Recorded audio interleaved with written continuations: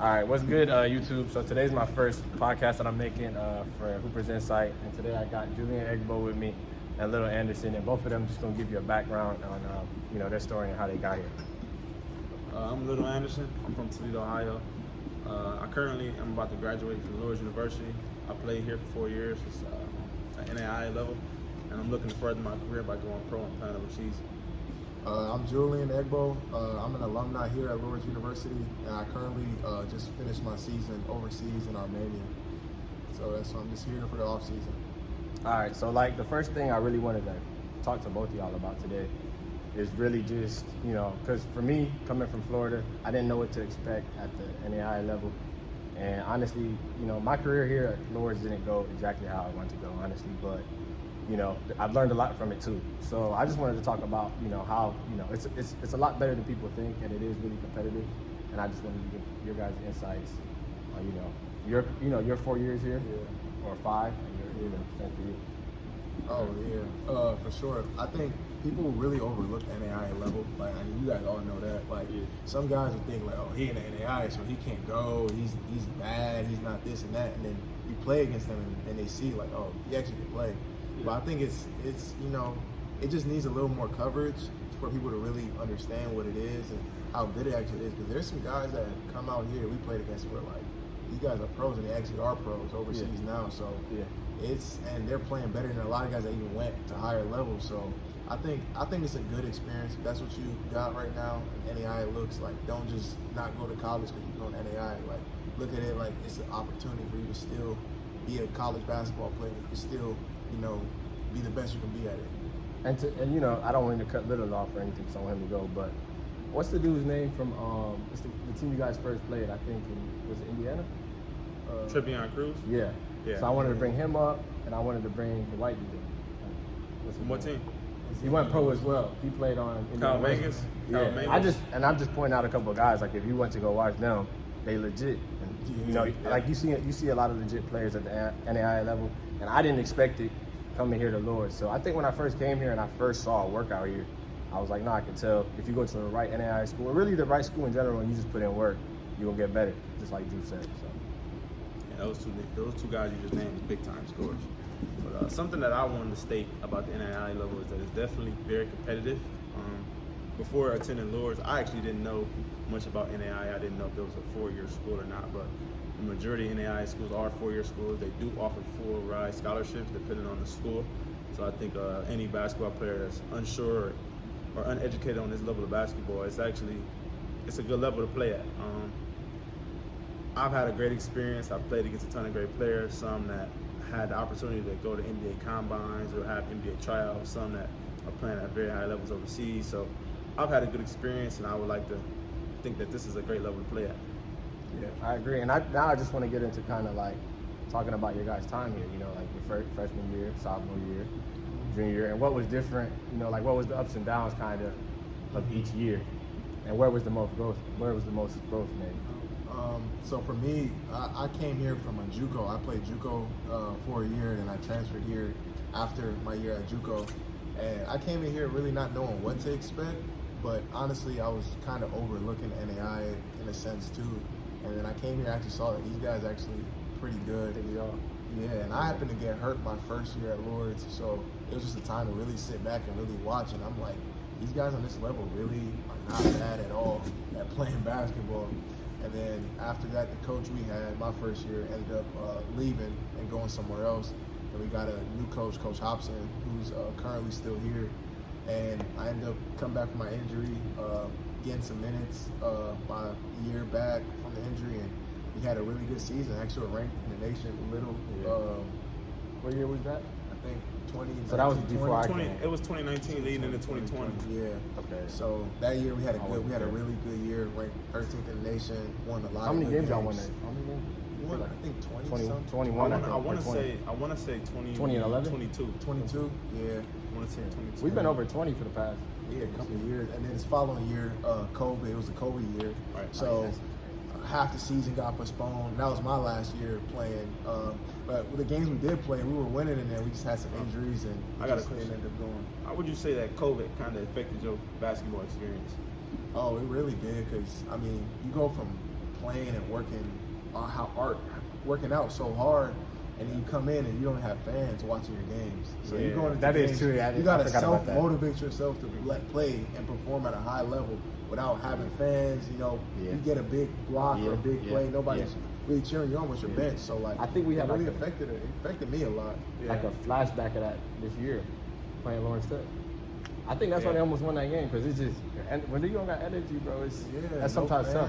Yeah. It's tough. And this kind of out of the picture, but I think it's at any level too, because you look at the Warriors game, Kings game, bro, you need a crowd. Yeah, when you play at home, it gives you that edge. Yeah, it like, really do. And when you don't, Because you they gotta play D at self-motivate. home They do. Yeah, it's way different. It's different. You know? So I'll say that's pretty much how my NAIA career ended. Like that, had a COVID year, played a couple games still. We still won a few games that year, but we had injuries and kind of fell short in the conference tournament. And that's how my season ended. My career. My experience here at Lourdes, I had a good experience. I came here. I actually didn't start playing basketball until like late in my career. Yeah, I started playing my freshman year in high school. So to be able to have the opportunity to play at any collegiate level was a blessing. You got good. I still thank Coach Hart for that opportunity. I actually didn't really play on ball. Like I really wasn't a guard as much in high school. So being able to come here and play, honestly, being able to come here and I feel like I was able to grow in aspects of my game. I handled the ball a lot more. I was able to make big time decisions while I was on the court early in my career. I mean, as a freshman, I was starting. So my career here, it was tough. I went through a lot of adversity. You know what I mean? Me and Coach had like a love relationship, so he was pretty raw with me. He was honest to me. I was honest to him, and it helped me grow a lot. So, I mean, mine really flew by, honestly. Like he always used to tell me, you're a freshman now, you're going to be a senior tomorrow. And, No, that's true, though. And it's so true, man. It's so true. It goes do go fast. So I mean, being here, I don't even really, like, all my years was really a blur. I feel like I got better each and every year. I mean, I had hiccups to where, like, I had mental lapses, really, but in this game of basketball, man, you're your worst own enemy. You are your worst own enemy. So if you can't get out of that battle with yourself in your head, you will find yourself stagnant for games, seasons, weeks, cold spells, however you want to look at it. So I feel like I was able to grow. I'm stronger mentally than ever before, and I'm ready for whatever is next. And this is kind of just, it's a little bit off topic, not off topic, but I was just wondering if you feel like the year that we won the whole thing was just like your favorite year all around, or do you think one of the other years, like your freshman year, where you kind of came in with like not much expectations, so you were just enjoying yourself? You know what I mean? Yeah, I mean that year was special because, man, we got good out of nowhere. The year that we won the whole thing. Yeah, we got good out of nowhere. With a lot of middle amount of guys. We had just lost, and we were only 7 deep. We had brought up 2 guys from JV, so we couldn't even scrimmage in practice. We couldn't even go live. Like, we couldn't even go 5-on-5 in practice. So that year was special. That year was special, and we had just really got good. Like, everything started clicking. I mean, I remember that year specifically, bro. You weren't here that year. Yeah, I wasn't here. We had a sinking field problem to where, like, if we got beat, our defense wasn't sinking and filling. Yeah. And when I tell you, we started sinking and filling every time, bro. Yeah. Because if we didn't in practice, you was on that line. Yeah, we started sinking and filling. You know how every that time, bro. That'll change it. Yeah, so I mean, that year was special, bro. Like, we got good so fast, and we still faced adversity throughout the games. I remember one of our players we looked upon to be reliable for Ray. Like, him and Coach had a little butt, and they still was able to make up. You know what I mean? Coach had our back, though. Yeah. Coach had our back, so that year was definitely special, man. And then playing, we were, I want to say, the number 15th seed. Yeah. We went to go play the number 2. Yeah. And took them, supposed to go to overtime. Went down to the last shot. Yeah, crazy shot. And what's crazy is him. Alex Gross was his name, the big. Yeah. He ended up going to play Division I this year. Oh, did he really? Yeah. No, yeah, I knew that. I can't think of what school he's at. Yeah, he was tough. He was hard to I stop. can't think of what school he's at, but I want to say he's averaging a double-double this year. Oh, wow. Yeah, he was pretty good. That shot was crazy. How did that feel when he hit that shot? Because you guys were in I the ain't game gonna lie, all the time. That was just that. It was like, I was watching it live. I was like, dang. See, I can laugh now, but see that shot, bro. That was a buzzer beater to where you can't even rip a timeout. Like when it went through the net, like when it was in the air. When it was in the air, the buzzer went off. Oh man, so I was praying like, please don't. But how come we knew it was going in for me? It felt like it. Yeah, it just felt like it. I don't even think. And then Charles was supposed to. He got fouled on that play before, bro. Yeah, he did. So then it is just. Every time we might have to clip that up for the viewers. You might have to clip that up. what the foul? Yeah, for chat. I might have to because Charles though. Charles did. It wasn't like, but it's not. You know how like some fouls you can't tell. This time he really like Yeah, Charles he might have hard, to, like, and we get that foul. He either hits the free throw, we go up. Or We at they home home court though. We at they home court. Yeah, bro. that too. Yeah, right So there. that So the refs, you know Yeah. how all that goes. The refs and everything. You're playing day home. It's gonna be. We're not even gonna talk about the That's rest of interesting. this. That's interesting to tell chat though. Mhm. So at the NAIA level, when you go to the national tournament, there's about 64 teams. And recently, I want to say two years ago, after my freshman year, everything got combined into one division. So when I was a freshman, it was Division I and it was Division II. Now everything is one division. Yeah. I So remember that. so when you go to the tournament, there's 64 teams. You get about 32 auto bids, right? Yeah. Or something 30 like auto that. bids. Yeah, like 30 Something auto like bids. that. Something like that. It's in between. And then the somewhere around rest, and the auto bids are like mostly the teams that win their conference tournament or conference, and then teams that are nationally ranked. So the rest are like at-large bids, kind of like, right, like a group of people voted for you to be in the national tournament. Yeah. But when you go, there isn't a region site until you get to what, the Sweet 16. I think so. So you playing at each team's home court. So the top 4 seeds get their home Yeah. court advantage I don't like for each. I think it should be neutral. Yeah, It should each. be neutral the whole time. Yeah, so the top 4 seeds get the home court advantage. So if you're not a top 4 seed, you won't host a national tournament game. You'll be at the opposing's, depending on who you play. For my past 2 experiences, when I went my junior and senior year, we played the home team at the home court. And who y'all just played with? It's tough. We just played it's tough Georgetown. You to know. win. Yeah. At their spot, Yeah, we just especially in the played- nationals. yeah, we just played It's not just a Georgetown. regular season So, game. It is. It's But not y'all fought back in that game though. It's not how NCAA is. Yeah. To where You you'll play at a play. neutral site. Yeah, it's not a neutral site. Yeah, I think that's it's not, interesting to yeah. state too. And you only get to a neutral site after you win a certain amount of games. Yeah, I think it's Sweet 16. Yeah. Something like that. But you probably already mentioned that. Right. Okay, but like moving on. So now this is actually not something I had planned, but I wanted to ask you, like, you know, during your time here, how did you manage, you know, nursing and hooping? Because I know it was taxing to do all that and then hit practice with low energy, and I could tell on you a lot of days that you was just fighting through. You feel me? But like I respected it though, and that's why I had to bring it up because like that ain't easy. Like none of, like us, we ain't doing that. Yeah. You feel me? Like that's tough. Clinicals. The clinicals were And you know we always get on you about that. Oh Tell my the hours. gosh. Tell the hours of them. The Yeah. hours. So I was in nursing school. People that don't know, and I was also playing basketball here collegiately, and tough.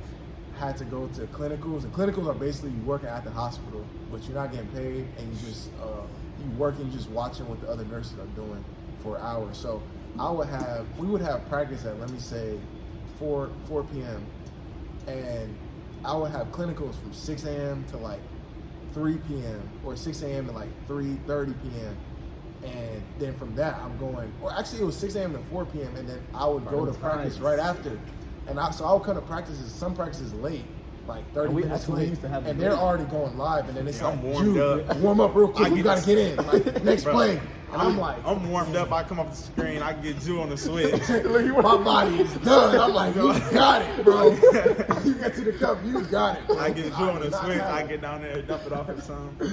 Yep. Yeah, like, and it was like that all the time. Like, my body was like, I'm just like, dang, I'm out here seeing it, going and helping somebody stay alive, and I gotta go to practice and hear coach yell at me while I'm trying to. Yeah, Drew I'm wasn't- tired Drew and all was- that, Drew but was- he was tired. it was good. It built mental toughness for me, and like it helped me be the person I am today, though. So I'm thankful for it, though. But it was hard. I definitely wouldn't do it again. Yeah, I just got the shot. Yeah. Most of us, you know, we cool already with the classroom. Cool on that. No, it was tough for sure, to say the least. All right, so now like the next topic I wanted to get to completely move on is really just, you know, what be going through y'all heads, you know, before big games. I already know you do listening to YG. But I know what you, and I don't It's know so crazy. anything you It's do. so crazy because when me and Little used to play together, he used to always be like, I'm ready. So like every time before a big game, I look at Little and we'll go ready. against Having Little. that I'm on. like, I'm ready. I'm ready. I'm ready. We'll go out there and ball out. Go out there and try to win a game. I used to just not try to think about it too much though. For me personally, just go out there and play my game. And just let the work do the talking. Like I wouldn't try to amp myself up too much because it's a big game. Just take it a game at a time and go out there. And that's what I want to say. I still, as of today, got to get better at that. It's just staying consistent with what I'm going to do before a game. Because a lot of these pros, bro, I be hearing they eat the same stuff. They do the same stretches. Routine. Yeah, and that's how you come out. And really, I think, to be honest, score like you do every night. Like you gotta be keeping the same routine because then it's something you trust. I feel like. Yeah. You feel me? And I can tell that even with somebody like you, I can tell you in a routine because you just come into a game with a rhythm. Yeah. And I think sometimes it don't even be about, sometimes I am in my own head, but it also just be like I don't got a rhythm. If I can catch a rhythm now, I'll probably lock in. So, but it's hard to catch a rhythm unless you got something that you like really, you got a real routine. Yeah. Because I came into a lot of games without really thinking about, certain things. You don't want to overthink it. We talk about that too. Sometimes you just try to let your head get away from the game, but everybody different though. Like, do you ever feel anxious? Y'all ever feel anxious before a game? Yeah, I mean, definitely. Because I think everybody does. I think everybody feels nervous. Yeah. Once that ball tips up, though, it's like, it's up. Like, it's time to go. I might even get anxious mid-game if I see somebody that just going crazy. Yeah, like if I see somebody, like one of my teammates going crazy, like that just. But it also just like the player we play though, like we play Yeah. Cornerstone, you're gonna be a little bit more anxious. Yeah. You know them who. Yeah, so like me before a big game, like I definitely got a routine. Like I make sure I wake up. I never try to sleep in too late. And if I do wake up early and I ever get tired, I'll try to take like a small nap. But it's actually different for a away and home game, honestly. My routine. But I'm gonna make my bed every single game day. Every single day for the most part. But like from the day I wake up on a game day, from the day I wake up on a game day, it's like a set routine. I'm not gonna go into detail, but I definitely like to calm and relax myself prior to the game. So I always go to the trainers. I get my ankles taped. I might get some heat. I'm going to listen to some music. I'm going to listen to some Young Boy. I'm definitely going to. Do you ever watch, a lot of people watch like highlights of like their favorite players? Yeah. People be doing sometimes I do that. I ain't gonna lie, I didn't do that a few times. Yeah. Like I watch KD. Yeah, sometimes. I used to watch D Book a lot. A lot of times. Not a lot, but every now and then. Yeah, like a lot of times, like I'll, one thing that's important at the higher levels that you get is you got strengths that you like to play to, but you also got the opponent's weaknesses. So like, even though I may like to shoot threes or attack the basket, this team is pretty bad at defending X, Y, and Z. So like, they might be bad at defending ball screens. So in my warm-ups, I'm kind of envisioning that. You know what I mean? I'm really envisioning just me and nobody. Yeah. Or I might be like my team, like like I remember a couple games, like I'm catching the ball out of half court, like, and I'm just going full speed all the way to the basket. So I know this in transition game for me. I know that they really not gonna get back in transition. So I'm envisioning all of that. Like I'm breaking down my film just to really get an extra edge. You know what I mean? Breaking down that film could cause me to get 4 to 6 extra points on top of my average. Exactly. And knowing the scout. And just also, I remember a lot of our like when we were in layup lines, we made a lot of good points. Like I think for next year, with whatever I'm doing, I got to start in warm-ups. Yeah. Start from that half court line because that's more game-like. Yeah, you know what I'm saying? I started doing that too for myself in a way too, not to cut you off, but like just like actually going to the block and like doing hooks and like not just going layup lines. You can just lay it up, and I'm like I'm taking my time going in there like what it's gonna be in a real game. So, and I really think personally that is why sometimes like us as a team this year we did struggle to get off to a good start and find a rhythm because it's just all about working on the right stuff. I feel like before games. Yeah. So. Yeah. Another thing I do is like sometimes I might meditate or just like sit down by myself. Right before, early though. Right before. I try not to meditate too early. Like I might watch some film earlier that day or like watch some highlights of my favorite player. But like during the national anthem, a lot of times I close my eyes and then I like meditate and I like, you know what I mean, just speak everything I'm trying to do into existence in my mind. Things happen, you know what I mean? Things are gonna happen twice. That's similar to what some pros do though. Like I read something about Curry and how he a lot of the times when he's in a game, if you ever look at Curry when he's on the side, he'll be like gazing at one thing for like the whole quarter. Maybe not the whole quarter, that's exaggerating, but like a couple minutes. Like though. when he's on the bench. Yeah, he'll be gazing, and apparently he's practicing on his breathing. Like he don't really even be locked in on the game, so that when he gets back into the game, things slow down. Yeah, things slow down. He's been running, so he's been breathing. That's crazy. He's been working on his breathing, so he can just run around. You can't, because he does run a lot. Oh yeah, he runs a lot. Like I've never seen a guy move like him as much. Like it's one thing to go over and back, but then he's running the whole time. Nobody wants to guard that. He got screens. And the NBA court's bigger, bro. So it's so much. You really chasing somebody, especially who can shoot like him. Yeah, that's crazy. You know what I'm saying? That's crazy. Yeah, that's different. And then the last topic I wanted to get on was kind of just honestly like talking about adversity. You know what I'm saying? And obviously I don't know, you weren't, were you born here though? I was born in America, then I moved to Nigeria. Okay, I see. Raised But there. what age did you move at? 7. At 7? Yeah. Because I know there was probably I don't know if there was ever a point, because there was a point where I didn't think I was going to play college basketball. Like, he knows that. Yeah. You know, some That people was- don't know that, and I was Yeah. here, but I didn't think I was going to play just because Yeah. I had moved to South Africa. The Yeah. sport ain't big there. It's You not. know, I don't know how many years you were there for. I was there for 7 years. 7, so you came back at 14. Yeah, like I came back at 14, turned 15 like in a month. 'Cause you So know it's basically 15. Yeah, so you do what a lot of those African kids do, Yeah. where they come here, they're really raw, Yeah, and they just work. they I just was develop. I was just Yeah. going to the gym every single day, like Yeah. literally every day. Like come back from school, go to the gym, and I wasn't the best, but I just kept on going, and eventually I started catching up with my peers and surpassing them. Just that's the thing about consistency. Like looking back at it now, sometimes I'm like, dang, like this dude back then was way better than what Yeah. I'm doing now. Yeah. Now I'm like miles. And you know them ahead kids of over there are more hungry. than kids here. Exactly. Like they get an Exactly. opportunity, they come in Exactly. here, and they trying to take that. They don't care who, like, you know what I'm saying? And they already be. When I participated in one of the camps in Johannesburg, bro, it was like a top 100 camp for all Yeah. African kids. Yeah. First of all, I was the only one under 6'6". Yeah. You know what I'm saying? Everybody was like 6'6" and up. Yeah, they trying to. You know what I'm make saying? Yeah, and like it just it's better some of than- them. One of the dudes touched the top of the backboard. Wow. Like they Just really be on. I'm natural telling you, bro, like athletic they people. got some crazy athletes Yeah. out there. Wow. Like, and if they got the same opportunities, I know they just need a chance. That's why, like, sometimes I'll say, like, a lot of people just don't take it for granted what you got here in Yeah. America. Yeah.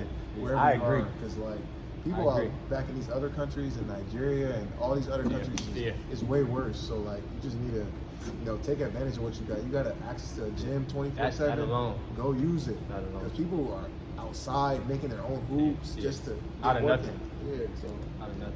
yeah, I would say that. And you said adversity. Yeah, just Yeah. like the Adversity. just I think. giving them like an idea of how to deal with it, like Okay, through it and yeah. how you dealt with it. I think for adversity, you have to know like it's gonna come. Yeah. You know what I'm saying? Like it's not like you should like be like, oh, I'm on top of the world, like, and it's gonna be like that the rest of my life. It's like adversity is gonna hit one way or another in Yeah. life, And it's So, gonna like, come and go. Oh, So for it ain't- sure. yeah, it ain't- so you can't yeah. dwell on it when it's in there, and then also you gotta be prepared for it. So you know what I'm saying? So like Yeah. on the basketball court, for example, like we train for the whole off season, and then we come into the season That and year we did. Yeah, we came into the season and like Oh, yeah, you I'm not with trying Bud, to, right? Yeah, with Bud. Yeah. We're training with all these NBA, Julian, Yeah. Wiggins was there, Zeb Jackson playing at VCU, Professional boxers. like professional boxers. We're training for a whole off season, and then you come into the season and you're not playing. You know what I mean? Like, and it's like it's part of it. Like I wasn't, and obviously you're down about that, but I still put in so much work, and I kept putting it that when my time did come, I was able to go out there and perform and have big nights. And when I did get my chance, I would always give myself words of encouragement and tell myself like, this is your time. It's time for you to show out now when you're getting the game. Even if you come off the bench, Yeah. I'm on that scorers table before the game. You was locked in. I'm locking in. It's Yeah. my time now to come in and make an imprint on this game. And the work, I already put in the work for it. So when it came in, that's how I was dealing with my adversity. I'll say that. So you also think, to go with it, it's all about also just being confident. Yeah, too. because you a lot gotta be of confident yeah. and you gotta work hard. Because if you keep working hard, eventually it's gonna pay off for you. Like Yeah, one at way some or point. another. Adversity is gonna shake, and the work is gonna overflow it. So I'll say those are two big things: confidence and working hard. Because you do that, eventually it's gonna work out in your favor.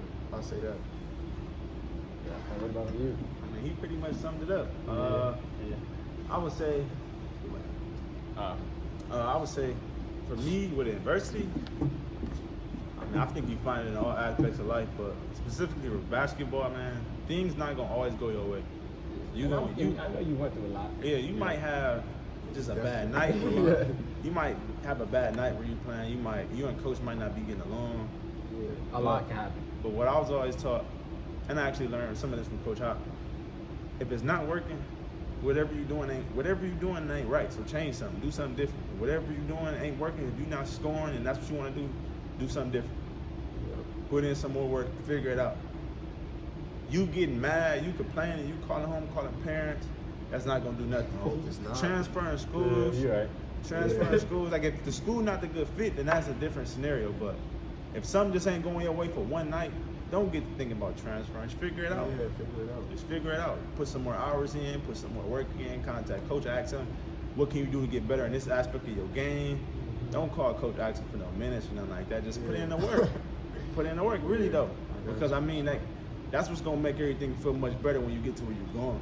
Yeah. Like, now that I done played 4 years, I can say that I'm proud of what I did because I done had ups and downs to where, like, man, I done had plays where I might have made a bad defensive play that could have caused us essentially the game. And I done had nights where I hit game-winning free throws as well. Or big-time three. Put us up big one, time. put Yeah, a so- shots in his career. So at that point, like, man, the adversity is gonna come. I done had nights where I done went 2 for 13. Like, I just couldn't hit a shot, and I might have been the leading scorer at that point in time of the season or something. And the team looking at me like, come on, little. I can't think about that moving forward to the next game. I can't come at practice with an attitude or a chip on my shoulder because I missed all those shots. Or if my teammate missed me on a pass and I'm wide open. Like, it's a small thing that used to affect me. That's probably why I'm talking about these, but you can't let those small things affect the big picture. You can't let first half affect second half. You can't let you can't let Tuesday's practice affect Wednesday's game. Like, you got to come in with a fresh slate, and that's why I used to really meditate. I used to go through my routine. And another thing, prior to the last question that I used to do on game days, I used to always envision just me and nobody. That way I know, like, whatever problem I got going on, I'm the one that can fix it. I can't sit there and ask a coach. I can't ask a teammate. I can't ask my parents. Whatever problem I got going on inside the court lines, I can fix it. I know I can. I done put in enough work. Yeah. That's true. Yeah, I think even like piggyback on what Little said, like I think sometimes like it's so easy to point the fingers at other people that sometimes us as humans, we gotta go to the mirror and be like, we gotta be better. You know what I'm saying? Like it's not about blaming him for not doing this and him for not doing that. Sometimes you, like what you said, like you're doing something wrong. You gotta maybe figure out, do something else differently, and that's gonna help you. I don't mean to cut you off, but I don't think you can go look at yourself one time and then expect to change right away. Yeah. That's what I feel like a lot of us, we do it, but we're not consistently doing it. Yeah. And when you're not consistent with anything, it does get tough. Yeah, I agree. But, to end it off, I actually just wanted to ask you also, Yeah. like, how was your experience, going overseas? Your first time going? Yeah. Obviously it was, you're an international kid just like me, you traveled a lot, but it's still your first time doing something like that. So it was a great experience. I was in Romania playing in the CBL, and it was a good experience. I ended up, going out there. I was able to showcase my talents and became an all-star out there.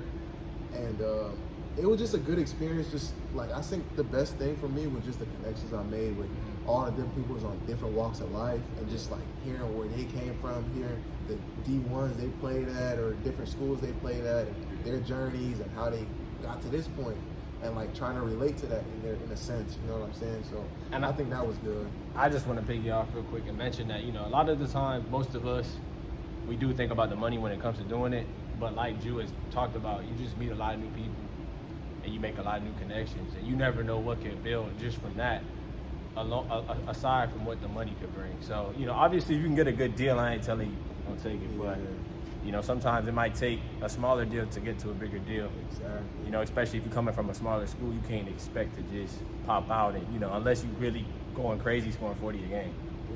So. And like you touch on so many people's lives out there too. Yeah, like, that too. It's like kids coming to take pictures with you wherever you go. I seen that. Yeah. And I think that's what it's all about for like Touching the impact. lives. Yeah, you impacting people's lives. Like them pictures they have, they gonna remember that the rest of their lives. So like thinking about it like that is like it was a great experience to say the least. All right, and like before we cut off, also y'all got anything you want to tell like some young athletes that's probably coming into college? Because, I'm assuming somebody wants to see this. That's a young athlete at some point. What's kind of like the biggest thing? Because Go ahead. I'll go last. Okay, I'll say to young athletes, never get too high and never get too low. It's a pretty common thing a lot of coaches say, but you got to think about it like this. A lot of you young athletes, especially in high school, that are doing well, they're going to be the best player on your team. You might score 1,000 points in high school, and you're going to think you're the man. And you coming into college, and these guys that really do this. These guys are 220 pounds. It's the best all from muscle, it's the best from all the high schools. All the high schools, and some of these guys are physically just dominant. Like you cannot move with some of these guys, and like, so just knowing like you got to be humble. You got to be humble. You got to just work hard and just know your time will come if I work hard. So biggest advice I'll say is just work hard and never get too high, never get too low, and always still be confident in yourself and your abilities through it all. I would say try not to ever take a play off, man. That's big because Which we all do. I done played with and against players that's just like in the top of the top shape to where like they gonna get that rebound. If it's bouncing, they gonna get it, bro. You faster, but they gonna get it. They just in better shape. Like they gonna get the rebound, they gonna take the charge. They gonna make all the intangible plays that's gonna allow them to get an edge over you. That may allow their team to win. That may allow them to get more minutes than you. You can get in shape to the best of your ability. Don't take it for granted. Play as hard as you can and get them rebounds, get out in transition and score. Get steals, pass lanes, steals. Don't be on your knees if you. Sometimes you gotta get garbage buckets. If you on your knees, don't. If you in help defense and your guy ain't got the ball, don't be sitting there relaxed. Like be in the defensive stance because them things, man. And you altered a lot of games this year doing that. Yeah, just like, pressuring. You know, if we all did that. You can really make almost a living off of that. Like just off making an intangible play, getting full court steals. Like like. Try not to take no plays off, man, and just try to be in the best shape as you can. Like, even no matter what your skill set is. And lastly, the most important thing I felt that helped me get to the point that I am at today is just playing as much as you can. Like, I'm not knocking training. I'm not knocking training, but like, train too. But man, you got an open gym opportunity, no matter if you in shape, not in shape, as long as you're not physically injured, go play. Because it's nothing like in-game reps. Yeah, you gotta get reps. It's nothing like the in-game reps. It don't matter how many wide open threes you take while you shooting on the gun. If somebody fly at you and you start changing your form, because them in-game reps is what really builds the confidence. For exactly. Sure. You know what I'm saying? You can shoot as much as you want. And build those in-game reps as much as you can. Don't take no plays off. Whoever you playing against, try to kill them. Yep. And in your workouts, don't come in here with a time frame. Come in here with a goal. So don't come in here like I'm going to be in there for an hour. Come in here and tell yourself you're making 10 shots in a row at 5 different spots. Come in here with a goal, not a time frame. Because if you come in here with a goal, you can, I don't want to cuss on them. You can come, if you come in here with a time frame, you may not even really get out what you're trying to get out of your workout. You may just be in here wasting time, really. Come in here and you can get a good sweat in for 30, 40 minutes. It ain't got to be 2 hours all the time. Just come in here with a goal and get that goal done. All right. And for me, I mean, honestly, I'm gonna keep it short, but for me, I think it's a much more physical game. Like he mentioned, you see a lot of like bigger, stronger guys. You're gonna be down there with guys who hit like him, 6'8", 6'9". And you know, I'm athletic, so I can alter stuff, but it's still tough. Like he got weight on me. So if he got me in a post, or Ray got me in a post, or Nick Welch, who was here, got me in a post, or anybody from other teams, it's tough. So I would say just getting stronger, something I need to do too. And then figuring out your pace. Like me, I still be playing way too fast sometimes, which is because of me to, you know, turn the ball over, take unforced shots that I don't need to take. And if I could, you know, play at my own pace and kind of get what I want when I want it, I think that's what could take me to the next level personally. I don't know, about, for them. But for me, that's the biggest thing. It'd be, it would be playing with pace and then getting stronger, because I ain't gonna lie, it's tough. It's real tough. So those are the two main things for me. But that's really all I wanted to talk about for the first podcast. I appreciate y'all coming on. I've been wanting to do this for a long time, since last year, and I'm finally starting it. And it's gonna be hard to keep it up, but I'm gonna try to. And I want you guys to also, give me stuff that you guys would kind of like me to ask, athletes that I'm doing, because my plan is to go virtual with it as well and start doing it, so I can reach more people. But that's pretty much it. I appreciate you coming out. Yes, sir. Leave any comments on things that y'all may want any of us three to talk more about, or any questions you may have that you may want covered in the next video. Exactly. Subscribe to my YouTube channel, the Christian Athlete Podcast.